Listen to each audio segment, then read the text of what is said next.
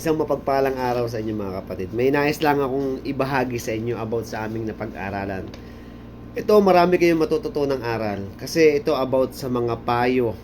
Mga payo ng mga lola, ng mga magulang, tatay, nanay, kapatid, kaibigan, mga kasamahan sa church, mga kasamahan sa labas. Lahat. Ito yung mga experience nila. Kasi ang katanungan kanina, ito kaya maganda eh. Ano ba yung the best na payo na narinig mo sa iyong buhay at nagbigay ng malaking impact kaya naging ganyan ka ngayon? Amen. Praise God. So, hindi ko na ito patatagalin. Hindi ko babanggitin yung pangalan. Pero pag narinig nila ito, alam nila na sila yun. Praise God. Hindi nila alam na sinulat ko. Amen. Sabi ng isang kapatid, laging may second option. Huwag ka lang isa, kailangan dalawa. Dalawang option. Sabi ko nung ngayon, baka pag nag-asawa, dalawa, may asawa na may girlfriend pa. Hindi naman gano'n. hindi gano'n. About sa mga trabaho, amen. Bawa, nag-apply ka, dapat wag isa lang. Kailangan dalawa, para may pamimilian ka. Or bumagsak ka man dun sa isa, makapasa ka dun sa isa. Amen. Lagi may second option. Ito naman yung sabi ng isang kapatid. Sabi ng isa, sabi daw ng kanyang magulang, mag-aral ng mabuti. Siyempre, hindi naman lagi sinasabi ng magulang, mag-aral ng mabuti, mag-aral ng mabuti, mag-aral ng mabuti. Kasi lahat ng matututunan mo dyan sa pag-aaral, mapapakinabangan mo paglaki mo. Amen. Ang sabi naman ng isang kapatid, dinuktong nga naman, mag-aral doon ng mabuti. May dinuktong siya doon. Kasi lahat ng matututunan mo, lahat ng kaalaman mo, hindi kayang nakawin ng kahit na sino yan. Amen. Sa'yo lang yan. Kasi ikaw yung nag-aaral ng mabuti. Amen. May isa namang kapatid, sabi daw ng kanyang magulang na tumatak sa kanya, una pa lang gawin mo na agad yung the best mo. Sa lahat ng gawain mo, ibigay mo agad yung 100% mo. Yung the best mo. Amen. Kahit naglalagay ka lang ng papel sa folder, the best. Naghuhugas ka ng plato, the best. Gawin mo agad yung the best mo. Amen. Sa simula pa lang. Meron naman isang kapatid sabi, dahil siya mag-abroad na, ito naman daw yung payo sa kanya ng mga magulang niya. Dapat maalam kang makisama, maalam kang makibagay. Sabi niya, nga pala, dapat maalam akong makisama. Minsan daw, dumadating yung time na, syempre, nagagalit siya dun sa mga ginagawa ng iba. Pero lagi niya naalala, dapat maalam ako. Pakisamahan ko sila kahit gano'n sila. Amen.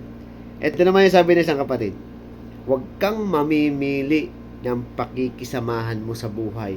Huwag mong titingnan yung antas ng pamumuhay nila sa pakikipagkaibigan. Wow, ganda no, ano? Amen. Dahil sila may kaya. Ganun dapat. Pantay lang ang tingin sa pakikisama. Meron namang isa dito, sabi dito, dahil sa lugar daw nila talagang magulo. Puro mga fraternity, mga ganyan, mga samahan, iba't ibang samahan, marami din daw mag-iinom, maggaganyan, maglalasing. Ang sabi daw ng magulang niya, kala ko nga ganito sasabihin. Hindi dapat umiinom ka lang, dapat bumibili ka din. Kala ko ganun yung sasabihin. Pero hindi naman ganoon. Wala akong narinig na gano'n. Ang sabi, syempre magulang, ano sasabihin doon? Iwasan mo yung gulo. Iwasan mo yung mga maling samahan. Samahan mo yung mas mabuti. Amen. Meron namang isang kapatid na nagsabi, huwag mong ipagyabang. Sa kanyang nanay naman to galing. Amen, kasi teacher daw yung nanay niya. Huwag mong ipagyabang ang iyong nalalaman. Magpaka-humble ka lang lagi. Kahit marami kang alam, be humble. Iyon ang sabi niya. Amen. Ito naman yung isang sabi ng kapatid. Ang sabi dito, ito, naiiba naman ito. Kasi, sabi niya, yung pananampalataya ang itinuro sa kanila. Ibig sabihin, yung magulang niya, mananampalataya. Bata pa lang siya, ito na yung sabi sa kanya. Amen? Yung pinananampalatayaan, panghawakan mo yon. Amen? At ito pa yung sabi sa kanya, wag kang magkaka-interes kahit sa maliit na bagay, kahit hindi pa yan. Basta hindi sa'yo, wag mong pag-interesan. Praise God. Amen?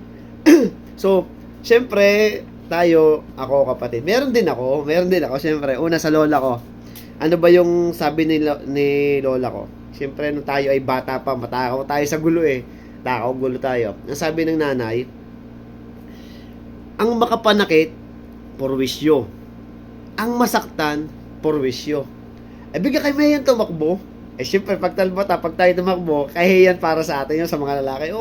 Dumag pala kayo, may inatakbo sa ba't kayo ganyan, ano? Pero kung uunawain mo na mabuti, ang ibig sabihin ni Lola, umiwas kayo. Kasi pag kayo nakapanakit, kay papagamot nyo yan. O pagka kayo nasaktan, ganun din. Masasaktan kayo, magpapagamot pa kayo. Umiwas na lang kayo sa gulo.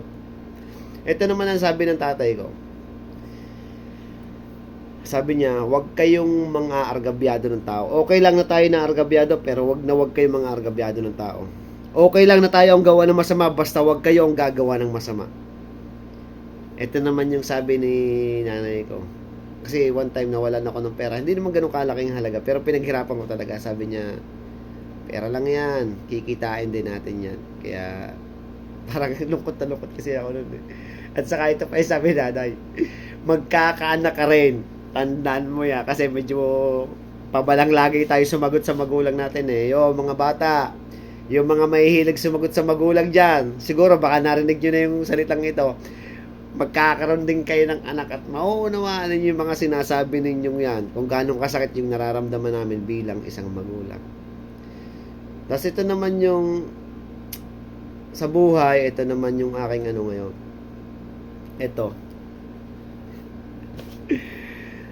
yung natutunan ko sa buhay. May payo ko sa inyo at ito yung naging payo ko sa akin sarili. Ganito. Ikaw yung ganito kasi hindi naman parehas ng pangunawa ang bawat isa.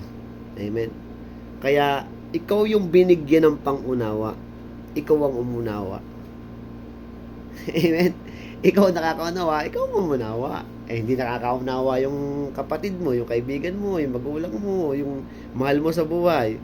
Hindi siya nakakaunawa, ikaw ang umunawa kasi ikaw ang binigyan ng pangunawa. Amen. Pati ngayon, bakit nagagalit yung isang tao? Amen. Kasi sabayan mo siya, sabayan mo ng galit, magsabay kayo ng galit, sabog talaga kayo doon. Ngayon, bago ka magalit sa isang tao, bakit siya nagagalit?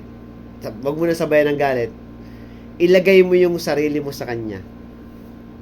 Kung bakit siya nagagalit. Kailangan wala kang doon. Dapat pag inilagay mo yung sarili mo, hindi porke babae siya, iba na yung hindi lalaki, dapat ganoon. Hindi ganoon. Hindi ganoon kapatid. Kailangan pantay. Ilagay mo yung sarili mo sa kanya. Maunawaan mo kung bakit siya nagagalit.